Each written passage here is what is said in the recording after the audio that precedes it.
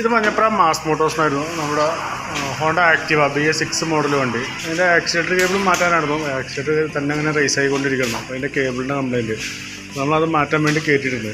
അപ്പോൾ കേബിൾ മാറ്റണമെങ്കിൽ തന്നെ നമുക്ക് ബോഡി ഫുള്ളായിട്ട് ഒരു 4 ഭാഗം ബോഡി ഫുള്ളായിട്ട് അയച്ചിട്ട് വേണം നമുക്ക് ആ കേബിൾ മാറ്റാൻ.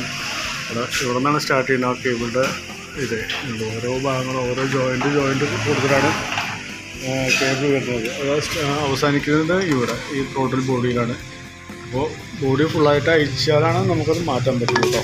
അതുപോലെ തന്നെ അതിൻ്റെ ഫ്രണ്ട് ബ്രേക്കിൻ്റെ കേബിളൊക്കെ മാറ്റേണ്ട കേസ് പറഞ്ഞു. നിലവിൽ വേറെ കുഴപ്പമൊന്നും കേബിളുകൾ വേറെ കുഴപ്പമൊന്നും കാണിക്കുന്നില്ല. സ്പീഡോമീറ്റർ വർക്കിംഗ് അല്ല. അപ്പോൾ അതിൻ്റെ കേബിളും നമുക്ക് മാറ്റേണ്ടി വരും.